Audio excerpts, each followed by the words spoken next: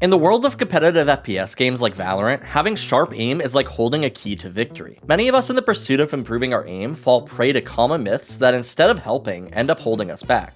You might have heard the advice, just play more and your aim will get better, or keep your sensitivity the same to build muscle memory. But what if I told you that much of this advice is not just misleading, but could actually be destroying your mechanics? Today we're diving into the 5 biggest aiming myths that are holding you back from unlocking your true potential. By the end of this video, you'll not only be able to identify these myths, but also know how to counteract them and start improving your aim the right way. The idea that aim boils down to muscle memory is a tale as old as competitive games itself. But here's the kicker. Muscle memory in the context of aiming is more of a myth than reality. Think about players like TenZ, known for changing his sensitivity frequently. It's a demonstration that aiming is more about mechanical prowess than repetitive motion. Your mouse should feel like an extension of your arm. True aim training is not necessarily about drilling the same motion over and over, but about engaging your whole arm, wrist, and fingertips correctly. The concept of muscle memory and the foundation of exceptional aim in FPS games is just deeply flawed. The idea that we can train our muscles to automatically perform precise aiming movements underestimates the various factors that actually affect your aim in-game. The truth is that no 2 gaming sessions are exactly alike. Subtle, often overlooked factors play a significant role in our ability to aim consistently. This makes the concept of muscle memory completely impractical. Firstly, consider your physical setup. It's nearly impossible to replicate the exact positioning of your hand, arm, and body every time we sit down to play. Even minor deviations in posture or arm angle can alter the way that we perceive and execute aiming movements. This variance alone introduces a level of unpredictability that muscle memory cannot account for. Environmental factors such as humidity and temperature can also affect the physical condition of your gaming equipment. A mousepad may absorb moisture differently from day to day, altering its surface resistance. The friction between your mouse and the pad is a critical factor in precise aiming, and it could change significantly as a result. This means that the exact same hand movements can lead to different outcomes depending on these conditions. This completely challenges the notion that muscle memory alone can ensure consistent aiming. On top of this, even the clothing that we wear also plays a role in this complex equation. The choice between long sleeves and short sleeves, for example, can impact the drag on your arm and the weight on your hand as it moves across the mousepad. While these things seem trivial, they can influence the smoothness and speed of your aim, further complicating this muscle memory theory.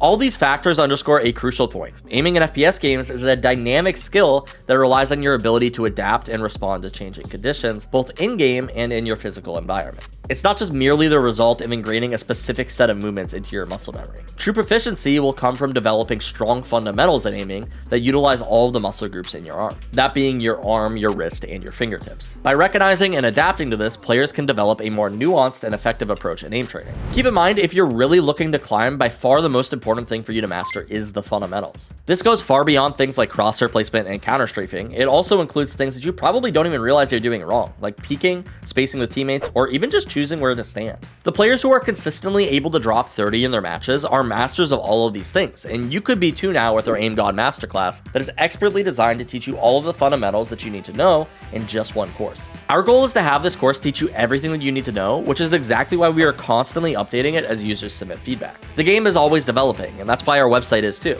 With new courses posted every single month, you can be sure that you are always ahead of the curve when it comes to your mechanics. On top of that, we also offer a rank improvement guarantee, so if you don't climb while using our service, you don't pay.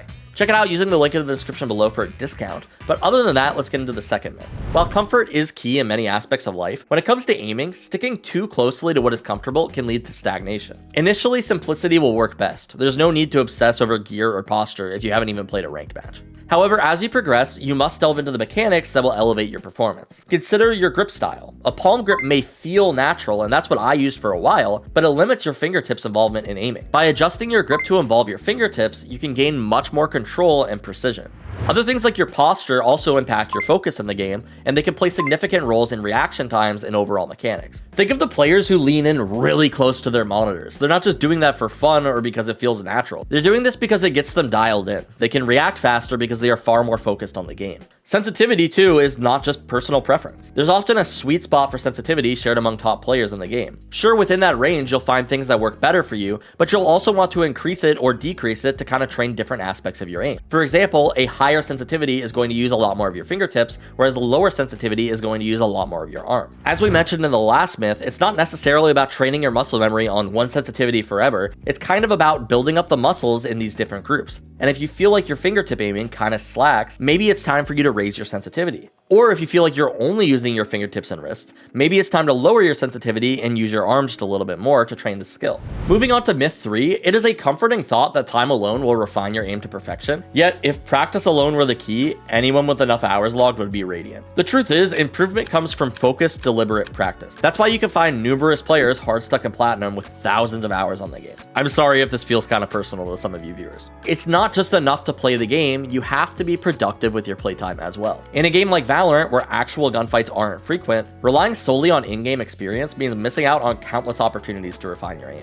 Remember, it's not just practice makes perfect, but perfect practice makes perfect. If you're not focusing during your practice on actively improving your skills, it's hardly practice at all. In some cases, this can actually be damaging to your overall mechanics since you'll be building up bad habits this way. Aim trainers are tools designed to isolate and develop specific aspects of your aim, offering a concentrated dose of practice that in-game time simply cannot match. If you're really looking to improve your aim, you're actually much better off putting 30 minutes into aim trainers a day, utilizing some of the high-rated routines available to hone your skills, rather than just queuing an extra game or two of Valorant. Aim trainers will be a much more efficient use of your time, especially considering they force you out of your comfort zone to train skills that you often neglect in normal matches, like we said before. Moving on to myth number 4, a high headshot percentage does not actually equal good aim. At least, not always. First, think about it in an aim training context. You can have 100% accuracy on every exercise, but your score might be capped since you're not actually pushing yourself to go faster. You want to strike a balance between pushing yourself to be better, but also being accurate enough to build good habits. The goal is to find a sweet spot where you're pushing your limits without sacrificing precision.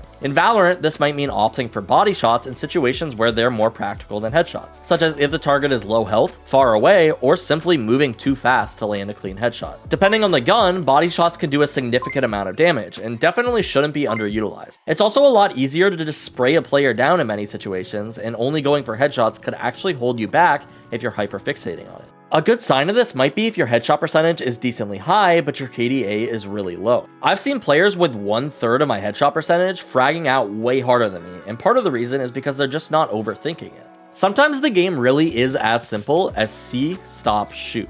Finally, myth number 5 is that you can't be good at FPS games if you're old. Age in FPS games is a hot topic, with many assuming younger players having a natural advantage. However, the presence of seasoned players at the top levels of competitive play dispels this myth entirely. More than raw reaction time, successful gameplay comes from anticipation, experience, and strategy, qualities that often improve with age rather than diminish. Older players bring a wealth of experience, mental fortitude, and leadership skills to the table.